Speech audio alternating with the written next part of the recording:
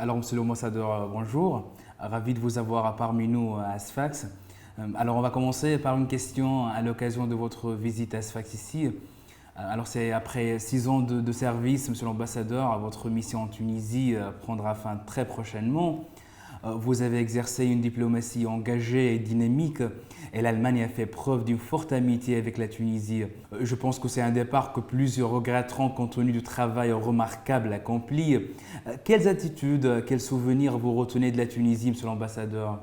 Euh, D'abord, je pars avec regret, mais aussi satisfait parce que j'ai l'impression que la Tunisie a fait beaucoup de progrès.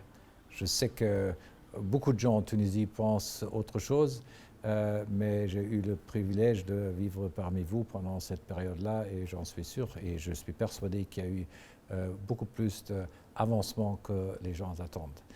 Il y a beaucoup d'impressions que j'ai eues. Donc c'est peut-être difficile à choisir laquelle. Mais le plus intéressant pour moi, c'était quand même l'activité de la société civile. C'était peut-être la première fois vraiment qu'en Tunisie, il y a une société civile qui s'est développée et j'ai rencontré des gens très engagés dans toutes les régions. Si c'était au Kef ou à Tataouine, ou à Tozeur, vraiment partout, on a rencontré, et avec l'ambassade, on a fait beaucoup de projets, et vraiment, c'est peut-être ça qui me marque le plus. Monsieur l'ambassadeur, vous avez servi durant l'une des périodes les plus difficiles de l'histoire contemporaine de la Tunisie. Le coût de la transition démocratique a été assez cher. Il y avait de l'instabilité politique, de la conjoncture économique. Certains pays se sont ingérés indûment dans les affaires internes de la Tunisie, mais l'Allemagne a pris une distance égale de tous les acteurs politiques et a été un allié principal de la Deuxième République et de ses valeurs. Parlez-nous de la particularité de la position allemande durant cette période. C'est relativement simple. Nous avons aussi un intérêt en Tunisie, mais l'intérêt en Tunisie, c'est un intérêt qu'on aimerait avoir, on aimerait être entouré en tant qu'Allemagne, en tant qu'Europe, par des amis stables et des amis et des pays stables. Une stabilité, à notre conviction, se fait uniquement par un système de balance des intérêts divers qu'il existe dans une société. On peut l'appeler aussi démocratie. Nous sommes convaincus que le chemin que la Tunisie fait vers cette stabilité est le bon chemin à une stabilité pérenne. Et nous, on veut participer à ce que la Tunisie développe cette stabilité qui n'est pas facile. On a vécu dans notre pays la même chose, dans la transition en Allemagne de l'Est, en RDA, vers une transition. On connaît les moments de grande joie quand le mur est tombé, et aussi les déceptions quand ça n'allait pas si rapide. Donc c'est un peu notre approche et notre intérêt. C'est pour ça les personnes qui agissent en Tunisie, c'est les Tunisiens qui décident. Ce n'est pas à nous de décider. Et je ne crois pas qu'il y a une grande phase d'instabilité en Tunisie. Il y a une phase de changement, mais une démocratie vit des discours, vit aussi du changement, vit en meilleur des cas des discours sur les sujets et moins sur les personnes. Ça, c'est nouveau en Tunisie. Avant, c'était une personne qui l'a décidé, donc on suivait. Un discours, une dispute, des changements, ça donne l'impression d'une instabilité, mais en vérité, je crois que le pays s'est stabilisé. Et je crois les décisions du gouvernement dans la période du Covid, du Corona, ont montré la grande force d'une démocratie aussi en Tunisie par rapport à d'autres pays dans les régions. Alors, votre pari sur la démocratie tunisienne est-il un pari qui a gagné et a fait preuve de réussite, monsieur l'ambassadeur? Oui, et la preuve de réussite, et je viens de vous citer cet exemple de Covid, la démocratie, justement, c'est notre système.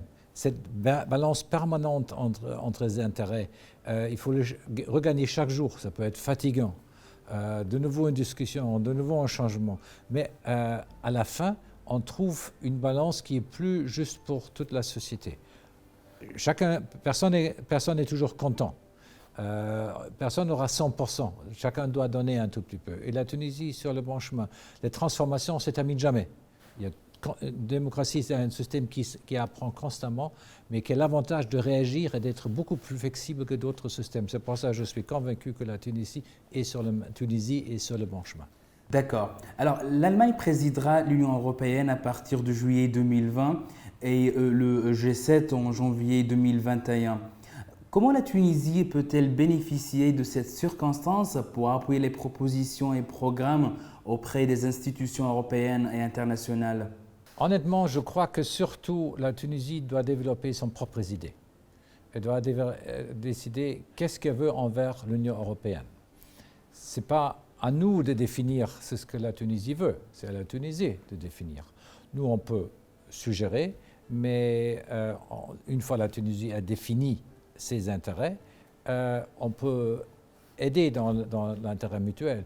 Mais je crois, surtout quant à l'Union européenne, surtout quant à la G7, c'est à la Tunisie de définir ce qu'il veut. Et une fois cette définition de l'intérêt tunisien est claire, on peut aider. Tout en observant le processus dans son intégralité, avez-vous constitué une visibilité politique et économique, monsieur l'ambassadeur? Je crois qu'il y a mieux à faire. Des entreprises allemandes sont ici et ce qu'ils exigent, c'est une clarté des décisions. Ce n'est pas des subventions financières qui comptent. Les gens l'aiment, mais ce n'est pas ça qui compte. C'est ce qu'une entreprise allemande, française, italienne ou tunisienne veut, avoir des règles claires, fiables. Là, elle peut planifier son produit, planifier sa vente. Si les conditions changent tous les jours, et vous connaissez le problème du port de Rhodes, vous n'avez pas ce problème en Sfax, mais le port de Rhodes, c'est un grand empêchement pour le développement tunisien. Il faut qu'on sache qu'un bateau qui reste 1 ou 2 semaines en rade, c'est l'argent perdu pour tout le monde. Donc les entrepreneurs vont réfléchir. Pour vous donner un exemple, ces choses, ce sont des décisions uniquement tunisiennes. Ce n'est pas l'Allemagne, pas l'Union européenne qui peut aider. C'est une décision tunisienne à faire.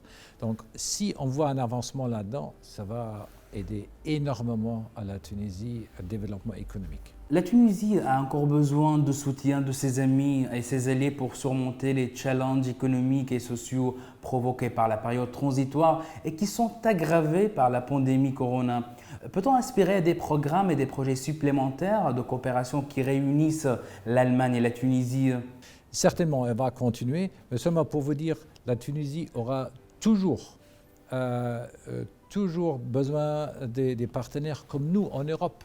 Nous, en Allemagne, on aura toujours besoin de partenaires. Donc, le développement d'un partenariat à long terme, je crois, c'est clé pour chaque société. C'est pour ça qu'on a trouvé l'Union européenne. Pour revenir à votre question, oui, on vient de terminer des négociations intergouvernementales entre la Tunisie et l'Allemagne, d'ailleurs par vidéo cette fois-ci. On avait retransmis certains programmes qu'on avait déjà prévus avant. On avait beaucoup de négociations en Allemagne pour maintenir des garanties pour des crédits pour la Tunisie, parce que vu la nouvelle situation, c'était beaucoup plus compliqué. Mais on a réorienté certains programmes et ça va certainement continuer. La Tunisie serait-elle une des destinations touristiques pour les Allemands? Y a-t-il des mesures qui ont été prises dans ce sens? Oui, il y a un grand projet entre la Tunisie et l'Allemagne et l'Union européenne. Ce projet est fait en coopération avec le ministère du Tourisme. C'est géré par la GIZ, 2 tiers payés par l'Union européenne, 1 tiers par le ministère de la coopération allemande, pour voir comment la Tunisie, le gouvernement, le tourisme tunisien peut être adapté. C'est en route, ça existe. Mais finalement, ça aussi dépend de la Tunisie, quels sont les avantages et quel est le potentiel que la Tunisie peut développer. Est-ce que le tourisme va être de la même façon? Est-ce qu'on peut développer un tourisme interne? Est-ce qu'on peut développer un tourisme écologique? Est-ce qu'il faut adapter le tourisme balnéaire, ajouter quelque chose? Tout ce sont des décisions tunisiennes. D'ailleurs, les hôteliers tunisiens le connaissent parfaitement. Il faut peut-être avoir un peu d'argent pour ça, mais d'abord, il faut des décisions.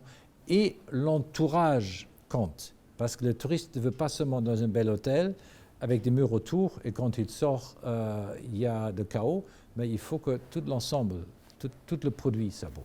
La crise libyenne a affolé la scène politique tunisienne. Vous vous êtes entretenu avec le ministre tunisien sur ce dossier. Quelle solution vous voyez utile pour rétablir l'ordre et la stabilité en Libye?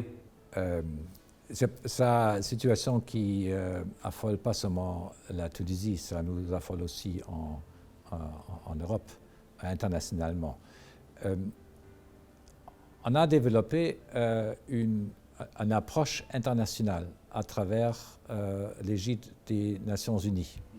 C'était encore M. Salamé, c'est lui qui l'avait lancé ensemble avec la chancelière Merkel, un processus qu'on appelle le processus de Berlin, qu'il est un processus pour réunir les deux côtés ou les plusieurs côtés existants en Libye.